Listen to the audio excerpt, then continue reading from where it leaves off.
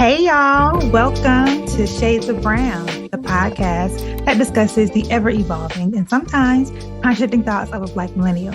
I'm your host, and I'm very grateful that you are here with me for this episode. This week, I am honored, so very honored to have Mia Brinson as my guest. She's a personal growth and executive performance coach who empowers women to own their future and increase their earning potential. And she just so happens to be one of my very best friends. Welcome to Shades of Brown, Mia. How you doing? I'm so glad to be here back on the podcast. Hey. Before we start unpacking all the things, let's get into this first segment. Adulting is ghetto. This is a segment where me and my guests share something about adulting that we simply were unprepared for or utterly shocked by. Okay, so Mia, what is something about adulting that is just so very ghetto? Where do we begin? I've been seeing this thing go around talking about all of the things you have to juggle as an adult. And it's like, how do we do this? How do we make sure that we're eating right, that we're going to the gym, that we're going to work, that we're running our businesses, that we're showing up as our best self, that we're flossing, that we're like to do all of the things at a great level all of the time. I think it's ghetto, like that we're expected to do all of that and consistently over time. I agree. I think it is just like why? It's too much. It's too much. It's too much. Like, having to remember everything. And it's the everyday part. It's like, okay, over the course of a week, I can tackle a few of these things, but every single day, it's like, girl, it's like, okay, I go to the dentist and they're like, okay, are you flossing? And are you doing this? Okay. And you're like, yeah, every day? Okay, yes, I can do that. And then you go to the hairdresser and they're like, are you steaming? Are you washing? Are you doing those things? Yeah, okay, I can do that.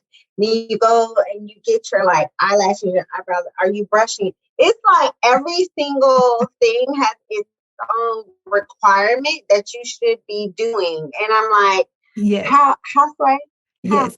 Everything has multiple steps, like your skin routine, right? It's like, the products have to be layered properly, right? And it's like, well, how do you layer them? And then you got your toner. Well, no, you got your facial wash. Then you got to tone. Then you got to put the shed serums. Then you got to moisturize. And then it's just like, hey. Can I just wash my face with some Dove soap and be done? Here. Listen here. Basically. Basically. Too much. I promise. Sometimes I'm just like I'm a rebel. I'm like, you know what? I have an esthetician. My niece is an esthetician, and I always have her voice in my head, like washing your face with just like bar soap or body wash is the most awful thing you could do. But sometimes I'm like, I'm just gonna be a rebel. I ain't got time for this. Today, I'm washing my face with soap. I don't care what you say. It's like I don't care. I'm gonna be a bad girl. But it just be too much, girl. It'd be too much. Then it's like you reminded me too of like, I was like, okay, maybe I'll start my night routine earlier, right? So that I can also read before I go to bed, right? Oh, girl. And and then writing your journal before you go to bed. And then, make sure you're washing your face, brushing your teeth, floss. I was like, yes, I'll just move everything up. And then it's like, okay, so dinner, then bedtime routine. Like, I can't have any my God. It's like, okay, you want to read something productive and you also want to journal and you also want to just reflect and meditate. You also want to pray. You also want to read the word. It's like, you know what? How about I do nothing? How about I go to night? Or I just veg and go on TikTok and scroll. Like I do it all. When all else fails, just scroll. That's it. Oh, that's good. You recently had a live webinar called How to Move from Overthinking to Action. And I was a part of that, and it was incredibly powerful. I learned a lot about my own habit of overthinking. And I thought this would be a great conversation to have with you, as I am certain that many of my listeners struggle with this as well. So let's unpack it. Can you tell us, before we start digging into all the overthinking things, can you tell us what exactly is overthinking? Like, how does one think too much? Yeah, typically it's when someone is thinking about the same thing over and over and over again to no end, to no solution, but just ruminating over an idea, a situation, a moment, or even a dream, even. So it's really when we start to take those things and chew on them way too much. So thinking is not a bad thing, right? And thinking through to a solution is, what we should be doing.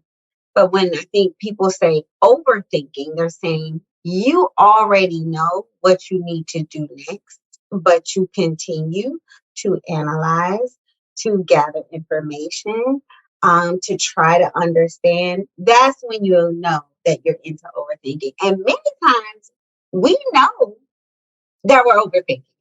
So that's usually the first sign is like, okay, I know I probably thought about this too much. So. That's good. I love that you said that it's thinking to no end, to no solution. It's the ruminating. I love that. Yeah, a lot of times I justify it by saying, I'm just being thorough, when in actuality, I just be doing too much. It's so true. I started the webinar saying overthinking used to be my jam.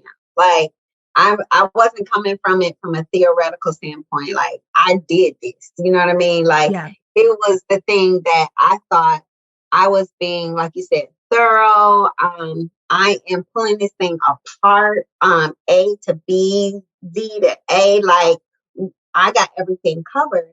But then you realize days go by, months go by, and we're still thinking. And that's when I realized this is actually becoming more of a problem than it is helpful. Yeah. Yeah. And how do you realize that you're a chronic overthinker, one where it's becoming, like you said, this is not helpful. This is not productive. How do you know? Because I'm sure in certain situations, we've all, experienced overthinking in some way, some form or whatever. But how do you realize, okay, like this is a real problem for me. I am a chronic overthinker. Yeah, I think it's when it starts becoming debilitating, where you can't move to the next thing or where you can't make a decision and you get overwhelmed easily on making a decision. It's like, well, no, I have to have all of these things and all of these facts in order for me to make a simple decision. So I think when you are just in life and questions and things come up and you're not able to easily maneuver and be fluid within those things, I think that is a sign that you need to examine, not overthink, but examine and evaluate. Is this an issue that I'm continuing to see rise in my life? Mm, mm. Okay, so you explained a bit about, how we can understand if we are an overthinker or a chronic overthinker.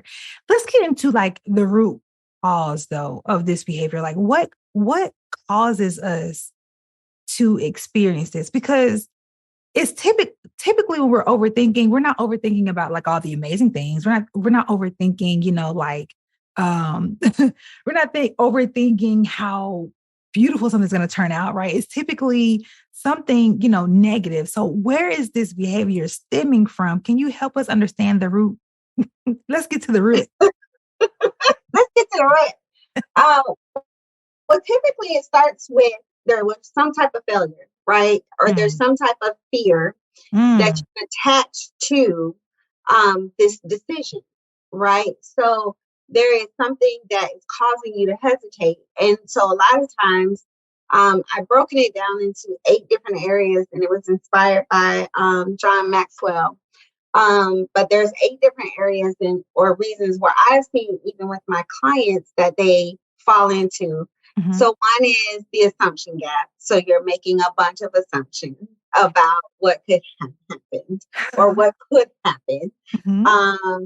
There is the knowledge gap where you like, well, I just don't know enough about what I need to make this decision. And so continue to gather information or you just get stuck. Sometimes it's the timing gap where you feel like it's just not the right time to begin or you feel like it's too late. And so you just kind of begin. And the thing about overthinking, I just want to pause and say, especially when it's a dream or something that you are called to do, that thing will stay on you until you can ruminate for years, for days, months, for years. But you know that you need to move into the next dimension, but you will use these things that we've been going through as an excuse to not move forward. Okay, I pause. But I mean, you had a word in your belly, and I appreciate it because that's real. That's real. It's so real, and I get stuck in that knowledge gap a lot. It's I don't know enough. I need to research more. I need research, and at some point, it's like, okay, what are you doing with the research? Yeah, Yeah. And at what point do you know enough, right? Because like I feel like people like me, we continue to move the goalpost, right? It's that's like, right. okay, cool. I've researched, but now I need more. Well, at what point do you no longer need any more? The goalpost just keeps moving, and it's like, see, that's the trick of the enemy. It is the trick. Because here's the beauty and the reality is you learn along the way. Yeah. So if I was dealing with someone who were in this knowledge gap, I would say go for it now with the knowledge that you have. Like trust that you know enough to at least get started, right? And to at least, reach out to a few people while you do what you need to do. But in this day and age with Google, with resources, with Instagram, with people who you can reach out to, LinkedIn, there's just too many resources for someone to stay stuck in a knowledge gap. Yeah. Yeah. But let me continue. Okay. So we also have the mistake gap. So just simply afraid that you're going to make a mistake along the way. So, that little perfectionism thing that I used to love, which leads to the perfection gap. So it has to be the best. I think we experience some of that even today. Like it just has to be the best in order for me to put it out, in order for me to go forward. The inspiration gap is one. Sometimes you just don't feel as inspired to move forward with it. Comparison, which is a huge one that I see and hear a lot, where people are comparing themselves, and so therefore they stay stuck because they're like, it's not like this. And I think you and I have even talked about that. You're comparing yourself to people who have whole teams to get things done. You're comparing yourself to people who are in chapter 8 of their life. You're in chapter 1, like you're just starting out, just the comparison gap. And then the last one is the expectation gap. So you just thought it would be easier. Simply easier. If it's the dream, if it's what I'm supposed to be doing, therefore it should be easy. And that is just false. So those are the 8 things. I think we could spend an hour on each of those. Girl. Listen, I'm like, just to make it real practical for y'all, just getting to recording of this episode, I had to overcome a couple of these. Right. Because like you said, the expectations, I literally said to her before we press record, like, man, I just thought that things would be easier because I've been doing this for, a couple of years now, three years now. And it's like, I still have to overcome technical stuff and troubleshooting. And I go to record and something's messed up. And it's like, why isn't this easier? And it makes me want to just shut down, close my laptop, reschedule, right? But it's like, all right, no, whatever. I don't have my webcam right today. We're going to do it anyways. That's the overcoming the perfection thing. Like it's just like, for real, this stuff is so real. Oh my gosh. So thank you for sharing those, because I relate to the majority. To the majority. of them. You said something, excuse me. You said something earlier though that speaks to the root cause of this behavior. And I think it spoke to me. You said something about like trusting yourself to just go with the knowledge you have. You were speaking about the knowledge gap and you were saying just trust that you know enough. But I think that that's a big part of it too, is our lack of trust in ourselves, our lack of trust to make good decisions. And wherever that stems from, I don't know, but I feel like if we trusted ourselves more, it wouldn't be this difficult to just act. What do you think? I definitely agree with that. And when you think about, I think the biggest thing that we lack today, just as a society, is a deep belief in ourselves. Mm, Like a truly deep belief that we can do it. yeah. And that we can accomplish things. It just seems so big for us, nowadays. But when you think about any winner, any person that is great, any person that has achieved a lot, ultimately at the base of what they're doing, there is a deep belief that they can accomplish that thing. Yeah. And I think that's what a lot of us are lacking. And again, it's failure. It's all the things that we just mentioned. And I've talked to people like, well, I just don't want to make a mistake. And I'm like, mistakes are going to be made, you know? And so I think it's just getting more and more comfortable with, I would rather move forward and fail than stay still and not even try. And to be comfortable and confident in those places, I think will help a lot of us get unstuck. But these things are much, much easier said than done, right? As we're talking, it's easy to say, just go forward, just move on.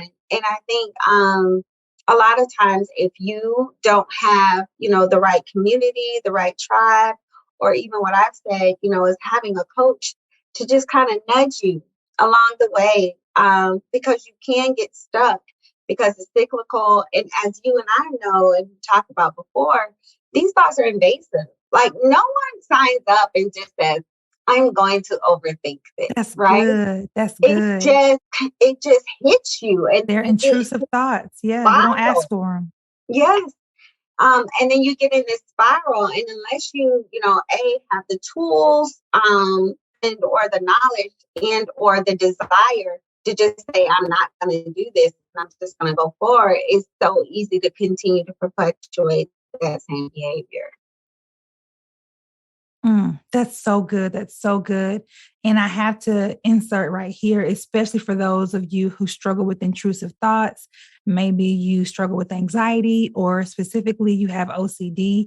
That is something that you just don't ask for. That's something that your brain is wired that way. And you shouldn't feel guilty for that. You shouldn't feel any shame because you have those intrusive thoughts. But I do encourage you, as Mia is saying, is to, make sure you have someone in your corner, a coach like Mia, right, who can push you along the way to get beyond that. You don't ask for the thought, you don't invite the thought, but you have to be in a position to combat the thought once it arrives. But I just had to say that because living with undiagnosed or diagnosed OCD can be debilitating. But even though, like I said, even though we can't control what comes in, we do have power. We do have power to overcome. So you just had to throw that in there real quick. All right. So Can I say something on that point? yes. Because you don't have, so it can come in, but our power is how long does it last? Yeah. How Yeah. allow it to overtake us. And I'm not talking about anxiety and things like that, but I am talking about overthinking, right? So it's like a couple of things that I've heard have been like, give yourself so much time to think about certain things. So give yourself a time limit. Like this type of decision, I'm only going to give myself 24 hours. Like that's it. To just that's move let me what can we wait, that's good. That is good. We talk so much about boundaries with other people, but I think that it's just as important to have them with ourselves. And that is a good boundary. Like, all right, sis, you got 12 hours. Now That's have at it. at it. Let your brain go in, out.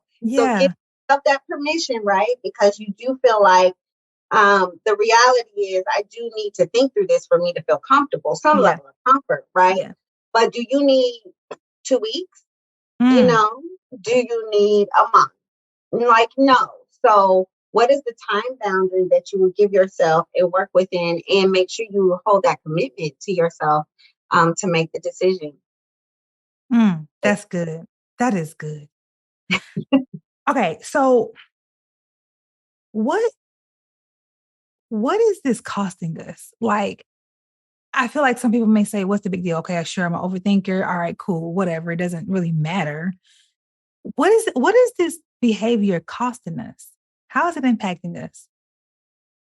Yeah, I've talked to a lot of people about this. It costs us in our energy, right? Um, just think about how much energy and how much mental power you spend on overthinking or in this space of, ruminating on thoughts. It takes energy to do that versus taking energy to actually apply to doing something progressive and to moving forward. So it definitely causes that. It could cost you opportunities. It could cost you relationships. Because the reality is the world is moving on. The reality is someone is saying yes and doing it. The reality is they're not going to wait all the time for what you say you want to do. And so it could cost you opportunities. It could cost you relationships. And if it's so destructive, it could cost you your mental health. When I was studying this, it's actually similar to depression.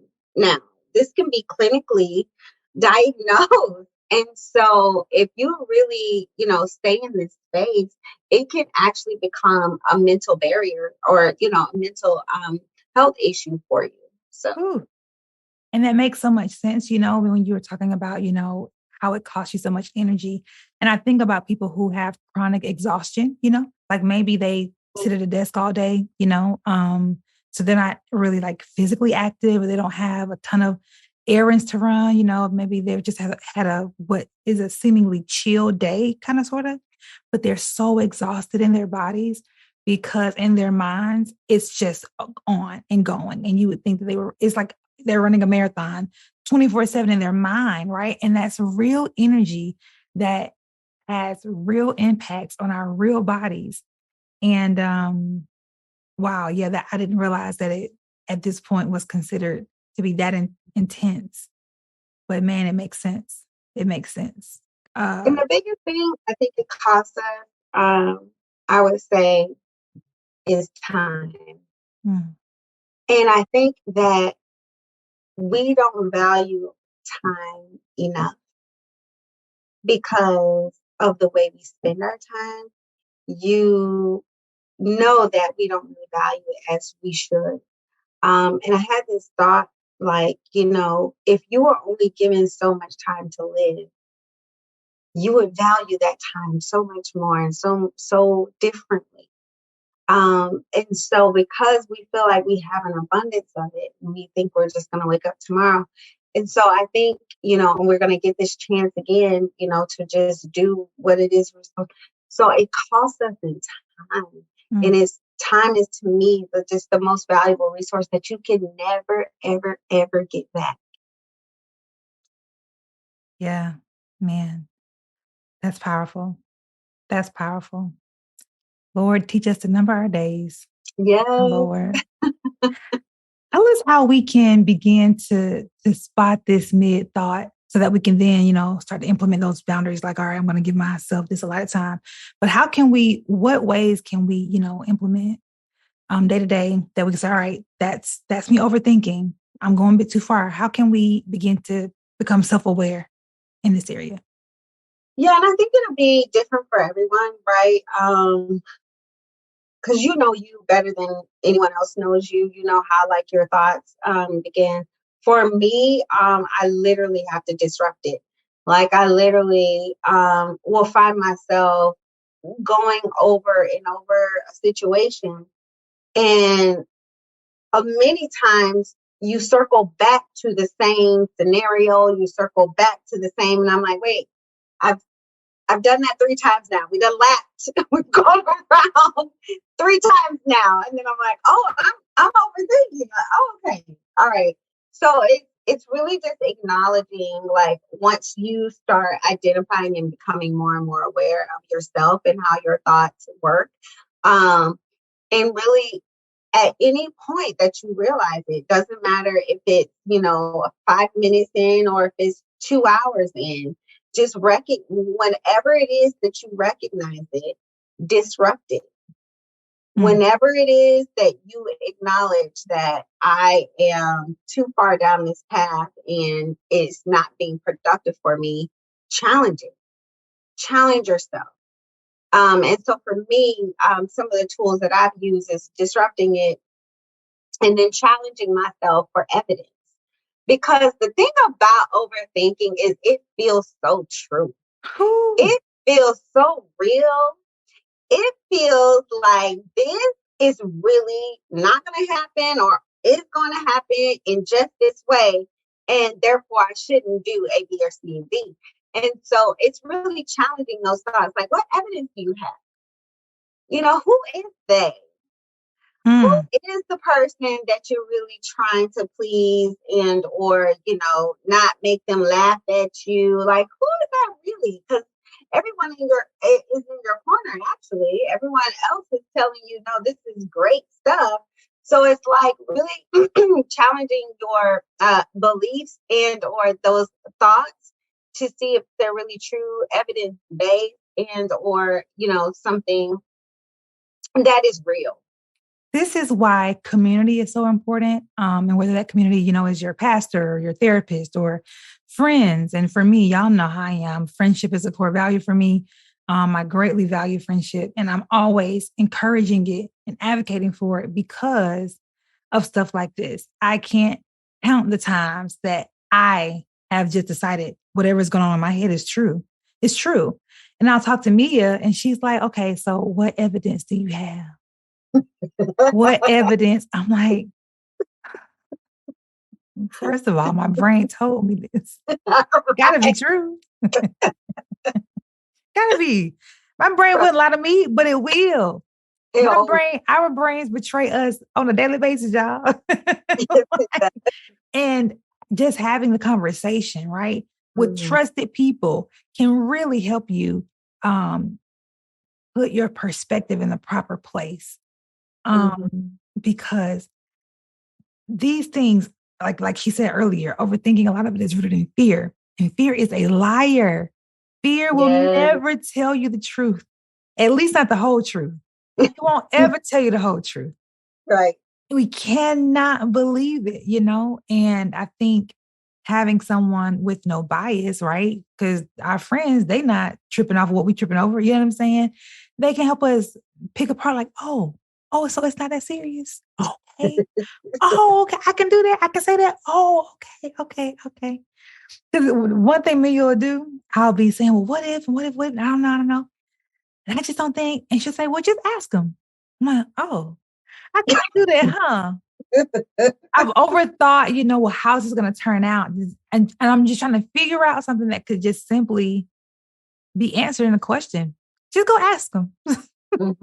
Like, it's wow, I never considered that. It's so interesting because it's like we have the question, okay, so if they respond this way, then I'm going to do this. And then if they respond this way, then I'm going to do this. As if we don't trust ourselves enough in the moment that whatever the response is, that we're going to have, that the appropriate thing will not come up. It's like, no, I got to prepare. I got to prepare. So now if it's this, then we're going to do this. And, at the end of the day, the power is, because what happens the most is the 3 to 5 things you thought of, none of them come out. It's like, oh. All that preparation going down the drain.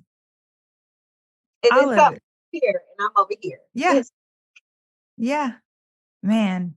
We really could just go down the whole thing right there. But I'm like, nope. Let me stay on track. This is so good. Okay, so Is it possible to completely eradicate this behavior? I wouldn't say that you completely eradicate it because fear is always present. Um, Fear will always ride. What I think is the most powerful thing is that we have tools to combat it, that we can reduce the impact of it and we can reduce the time we spend in overthinking. But I feel like anytime you start something new, anytime you become unsure, you may have the tendency to do this, but I think it will become less and less and less. The more we utilize the tools, the more we realize that most of the time you've spent thinking about it is a lie. And the actual time that I need to spend is trying to understand how to overcome the real thing, right? And so the real barrier, the real issue that's coming towards me now, well, for me, I get excited about that because now this is the real thing, not this figment thing that I've made up, that I thought, that I've sat, not done anything with, twiddled my thumb, thought about, overthought about, but I'm actually in action trying to figure it out and I'm in motion. So I think once you start putting more of your energy in motion and in action and doing things, it becomes less and less disruptive in your life. That's really good. That's really good. And I do think too, one thing that I have learned when it comes to reducing the impact and getting more actions in place is something about making decisions that builds your confidence, right? And it's a muscle that we can build, and we just have to exercise it and practice it, right? And the more we decide, the more confident we are in making future decisions, right? Because either way, if we make a decision and it goes well, that's a confidence booster, right? But also, we make a decision that doesn't go quite right. Well, now we have information and data to take with us for the next decision, right? So either way, we have more confidence going forward. And I think that's really important to build our trust in ourselves, and to again reduce the impact and the time we take in overthinking. My last question for you, Mia, is how can we show ourselves compassion as we are on this journey of trying to overcome overthinking, trying to overcome our fears? We know we're going to slip up. We can't completely eradicate this behavior. How do we give ourselves grace and be gentle with ourselves as we are trying to, become better? Yeah, I think giving ourselves space to make mistakes, right? And saying that the mistake is okay, that it's a part of the journey. I think a lot of times what happens is we make a mistake and we think, I should have done better. I should have known that. And you go into this really negative self-talk versus this mistake was supposed to be a part of the journey. This mistake is actually the foundation and the building block for me to do something new or something different and or make a different decision next time. There are some things you can learn from people, but there is nothing better than learning through your own experience. Amen. And so it's like, take that time, take that space to have those experiences. And then I would say, just kind of accepting that mistakes is along the way, failure is a part of the journey, that perfection will not be perfect, right? And then for me, and what has worked well for me is giving myself affirmations. So telling myself it's okay along the way. Like even when I'm nervous, I'd be like, girl, you got this. You got this. It's going to be okay, because either way, it's going to be okay. We're going to knock this out of the park, or this is just going to be more information for you to learn to do different and do better next time. And what you realize is as you continue to make decisions, next time come around faster. It comes around faster and faster. So you get more and more opportunities to exercise and to build and to grow and to strengthen and to learn. That's beautiful, man. This is so good, y'all. I know y'all are like, okay, we need more. This is where you're going to have to reach out to Mia, and you're going to have to get a strategy call, and you're going to have to book a session with her, because she's thebomb.com. And I'm just so grateful to know her, to have her in my corner, because the girl she's Some call her Mighty Mia, okay? Because she's just a well of wisdom, a well of resources and information that will help you move beyond your stuck places. I'm telling y'all, okay? So she's gonna give some all her information at the end, but let's get into brownie points. This is the segment that is set aside for us to celebrate ourselves for a recent victory, whether big or small. So, Mia, what are you giving yourself brownie points for this week? I'm going to say I went on Hinge and in this here modern dating world, I go through my cycles with apps. And we're back on the app, and I'm proud of myself for doing that because, I'm good for staying in the house and just hoping that God would just deliver my husband by UPS, just right here at this address. Amazon Prime. Exactly. Overnight it, please. Whatever. But, taking a step out, and I went on Hinge, and I'm excited about the journey. Yeah. I know you're getting some good matches, girl. I am. It's been fun. Yeah, I hope that we both have great success stories at the end of this year from our Hinge experiences.